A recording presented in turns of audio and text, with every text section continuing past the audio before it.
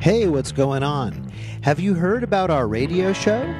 That's right, there's a medical marijuana radio show, and I do it for you every Thursday night at 8:30. In fact, the podcast is available ahead of time every week, and you can get it at 420lawoffice.com. Just click 420 Radio Show, and you can download the podcast, and you can subscribe by clicking a button, and it's going to show up in your phone or in your iPod. So be sure to check out 420 Law Office Radio. I think you'll find it's rockin'. All right, take good care. Hello, this is Stuart Richland from 420 Law Office, and here on the YouTube channel.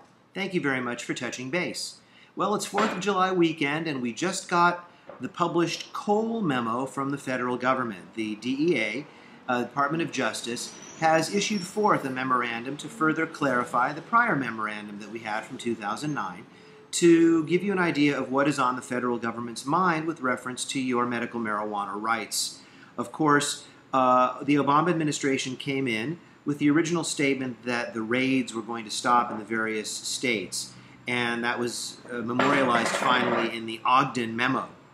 Unfortunately, there have still been some raids, but those have focused on people who have violated federal law in some way that brought them to the attention of federal prosecutors, such as being close to a school, taking care of individuals who are minors, under 21, money laundering, gangsterism, multiple locations, profiteering.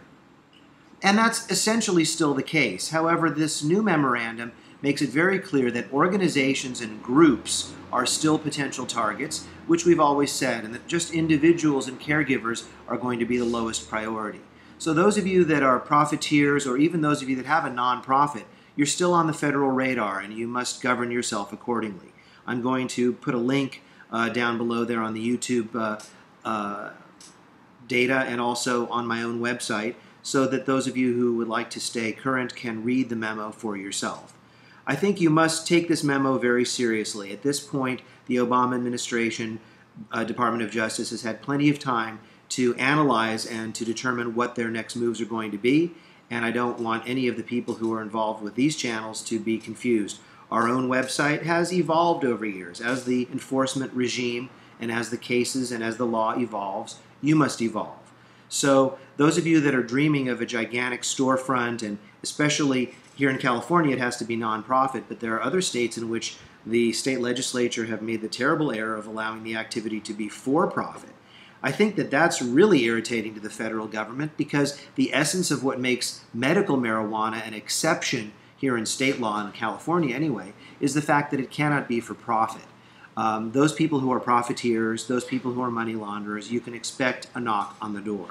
And those of you that are uninvolved, you really can't complain. This is a representative democracy. It's a republic. You have to get involved with your representatives to let them know what it is that you want.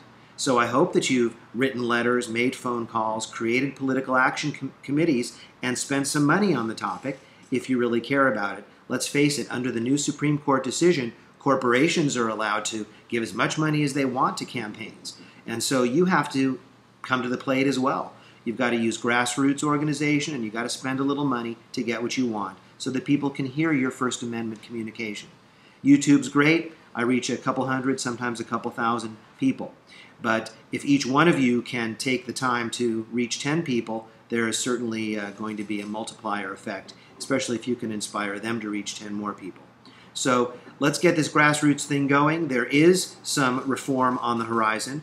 There is the Barney Frank and Ron Paul bill that is going to finally decriminalize federally and follow the state laws that have medical marijuana, but that needs to be passed. And in order for it to pass, your representative in every state needs to know that this is something that you care about, and that the representative can stand up along with the constituents and not feel like they're going to lose political clout if they support medical marijuana rights. So stand with your politicians that support medical marijuana rights, inform your neighbors, and let's do this thing within the system as it wants to be done. Let's reform medical marijuana law. And thank you so much for touching base, and I hope you have a fantastic and independent year. Happy Independence Day 2011.